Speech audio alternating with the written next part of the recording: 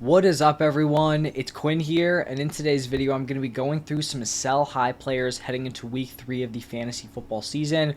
I always want to make sure that you should not be force selling these guys. You don't need to get them off of your roster, but I just think this is a potential window where you can sell high and get a really nice return from these players. People really like to overreact early on in the season, and you can kind of take advantage of that and sell high on some guys. If you all enjoyed the video, hit that like button, subscribe to the channel. I also have my waiver wire video up today and then my buy lows, so check that out also. But let's just jump right into the first sell high player, and I'm going to start it off here with DeVonta Smith. And I want to make it clear, I still like DeVonta Smith for fantasy football, and I still think he is a great NFL wide receiver, but I do think you have an opportunity here heading into week 3 to flip him for a higher upside wide receiver for fantasy. DeVonta Smith has gone out and outscored A.J. Brown in both of their games this season, and I've started to see some discussion surrounding DeVonta Smith potentially being the Eagles wide receiver 1. Maybe he's overtaken A.J. Brown. Are they neck and neck? They're right next to each other. To me, I think it's premature to say that DeVonta Smith has overtaken A.J. Brown. We're just 2 games into the season. DeVonta Smith has back-to-back games with touchdowns.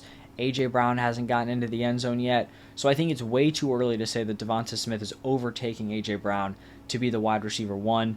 A.J. Brown was viewed as the Eagles wide receiver 1 heading into the season, and he was being drafted around guys like CeeDee Lamb, Devontae Adams, Amon-Ra St. Brown. So that's what kind of people deemed the value of the Eagles wide receiver 1 to be, somewhere in that tier of mid-tier wide receiver 1 options.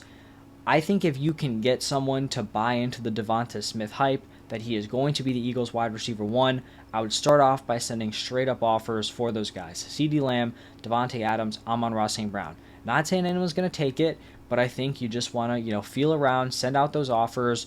I'd also consider Calvin Ridley, just a straight up DeVonta Smith for Calvin Ridley. Some people may not agree with that. I'm very high on Calvin Ridley moving forward, so I would be making that deal. I just think that even if DeVonta Smith outscores A.J. Brown, right? Say he outperforms A.J. Brown throughout the rest of the season, it's not like A.J. Brown is going to fall off and give you nothing. A.J. Brown's still going to produce. So you have these 2 stud wide receivers playing together on an offense that doesn't have a crazy amount of passing volume. This isn't some offense that's going to throw it 40 plus times a game. So I think both of these guys' ceilings are somewhat capped if they're both playing at a very, very high level. So if you can flip DeVonta Smith for one of these other wide receivers that does have legit top 5 upside, I think it's definitely something that you should consider moving forward, because it's very possible that next week A.J. Brown goes out 6 for 100 and a touchdown, DeVonta Smith 5 for 50, and then we're kind of back to viewing A.J. Brown as the number 1. I think you do have a window here to potentially flip DeVonta Smith for a very high upside wide receiver. Now the next sell high player here is going to be Kenneth Walker, and I want to make it clear, I don't think Kenneth Walker is some sort of urgent sell. He's just a player I wanted to talk about, and there was an interesting kind of development in this Seahawks backfield. So in week 1, we saw Kenneth Walker have really strong usage. I think the most notable part, at least for me, was the 59% route participation. He wasn't overly involved as a pass catcher last year. I didn't think he would be overly involved this season. Since they went out, they drafted Zach Charbonnet in round 2. In week 2, we saw that route participation fall from that 59% down to 40%. We saw Charbonnet take a little bit of a bigger role than he did in week 1. He took the majority of the 2-minute drill snaps.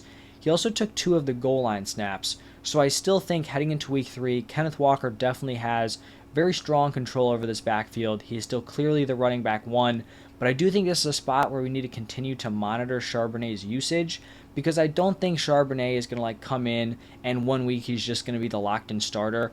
But I do think at some point he could carve enough of a role where Kenneth Walker is no longer a high upside running back, and maybe he's more of a mid to back end running back 2, because Charbonnet is kind of already carving out receiving work. If he really starts to carve out work on the goal line, that just greatly hinders Kenneth Walker's upside, right? Because he's taken away the 2 most valuable touches, receiving work and goal line opportunities. So I don't think you need to panic sell Kenneth Walker right now. I think if you can sell him for a high-end running back or get him involved in some sort of deal, you're kind of just, getting off of something that could decrease in value later on.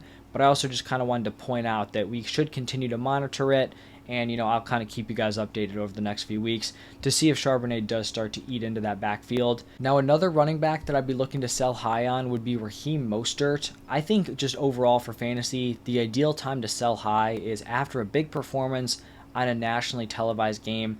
Sunday Night Football, everyone was locked in watching the Dolphins-Patriots game. They saw Raheem Mostert go out there, rush for 121 yards, score 2 touchdowns, put up just a monster fantasy football day. And through 2 weeks, we have seen Raheem Mostert operate as the clear-cut running back one. Even if week 1 he didn't have a crazy game, he still scored a touchdown and dominated the opportunities for the Dolphins. I think the question here for Raheem Mostert is that whether or not he's going to be able to maintain that role throughout the rest of the season, right? Because it's nice he's doing it early on. He was drafted at a major discount because people didn't think he'd be doing it throughout the entire season. But I also think he's kind of overperformed through 2 weeks, at least compared to what people were expecting when they drafted him. Jeff Wilson was put on IR before the season, and that was what really kind of sprung up Raheem Mostert's value. I think a lot of people thought this would be a really strong split between Raheem Mostert and Jeff Wilson. Once Jeff Wilson goes on IR, everything just opened up for Raheem Mostert, along with Devon Achane having the shoulder injury and then being a healthy scratch in week 1. But it looks like Jeff Wilson will probably be healthy enough to come off of IR heading into week 5. So will we see this go back to a split between Raheem Mostert and Jeff Wilson? I'm not saying that's guaranteed to happen because Raheem Mostert has been really strong through the first 2 weeks, but the possibility is definitely there. And I just think ideally you would rather move off of Raheem Mostert, who could lose that clear-cut RB1 status, for a running back who's more locked into like long-term stability, long-term RB1. I think the problem with, kind of making a just straight up running back for running back trade is that a lot of the running backs that are kind of valued in a similar range, I feel like don't really have that security either. Like guys that I think are kind of in a similar spot would be like Rachaad White, Miles Sanders. Like those are potentially realistic trades, but I don't really think that Rachaad White and Miles Sanders are like 100% guaranteed the season-long RB1 spots. They're probably the favorites to keep them, but it's not like a lock. I think the ideal trade structure for kind of moving off of Raheem Mostert would be to shoot for a running back in a tier ahead of him and then probably give up like a downgrade at the wide receiver position. So you're getting a better running back, giving up Raheem Mostert, and then you're getting like a worse wide receiver in return. Because I just would rather, shoot for one of these running backs that has a more secure season-long, upside. I think a guy like James Cook is interesting. Ramondre Stevenson, that may be shooting a little too high, but I think James Cook is a nice option. Another guy who I talked about in my buy low video, Breece Hall. I think Breece Hall is someone that you could find a panicking fantasy manager after like his sub 1 point game. I think Breece Hall is someone I would definitely look to target also in like a Raheem Mostert trade. Now the final sell high player I'm going to be talking about here is Gabe Davis. And Davis is someone who I've been consistently pretty low on dating back to last season. He's coming off a great performance, 7 targets, 6 receptions, 92 yards, and a touchdown. But I just think that kind of comes with the territory of his role. He's the wide receiver 2 on a top offense paired with Josh Allen. Like these boom games are going to happen. If these boom games never happened, like he would have legit, zero reason to actually be on the field. When you have this role, you are going to have some big games. Bills put up close to 40 points. Gabe Davis has a peak week. We saw him have like 4 of these last season. He had 4 games with 16 plus points. He had some huge one, like I think he had a 30 plus, and then like a high 20s game. The problem is that he'll have these boom games, but then he'll just have these super low floor performances. He had 9 games with under 10 points last year. That's PPR points. And I'm fine with like boom or bust players for fantasy. Like a lot of people are kind of anti Tyler Lockett because he's historically boom bust. I don't really care about like these super volatile players because they're still going to season long give you the points in your lineup. But I like the volatility. If I don't like it, I'm okay with the volatility when they're your starters. On the bench, I kind of feel like it's pointless, right? Because you go out, you draft Gabe Davis, it's like your wide receiver 4, maybe your wide receiver 5, and you probably had him sitting on the bench in week 1. He didn't really do anything, so you're going to sit him again heading into week 2. And then week 2, he goes out. He has this huge performance. Now you're like, all right, I got to start Gabe Davis. He's going to be my lineup week 3. And then week 3, week 4, he's going to flop. You're going to take him out. And then he's going to have that boom game when he's on your bench.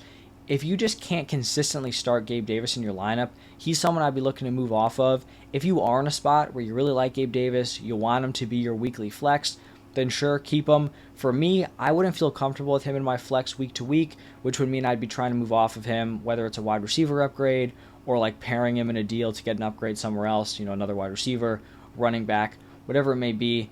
I would take this opportunity to just sell high on Gabe Davis, just not super high on the player. I think the situation is going to lead to some huge games, but I don't think this is going to be something he kind of carries throughout the rest of the season. So that's going to wrap it up for some of my sell high players. Devonta Smith, Kenneth Walker, Raheem Mostert, Gabe Davis. Remember, you do not have to force trades for these players. I'm not saying I hate these players. I'm not saying you must get these guys off your team. I just think there's an opportunity for you to get some value, potentially sell where they're at their peak. But that's going to wrap it up for this one. If you guys enjoyed, hit that like button, subscribe to the channel. Check out the other videos I posted today. Thank you all for stopping by, and I will see you in the next one.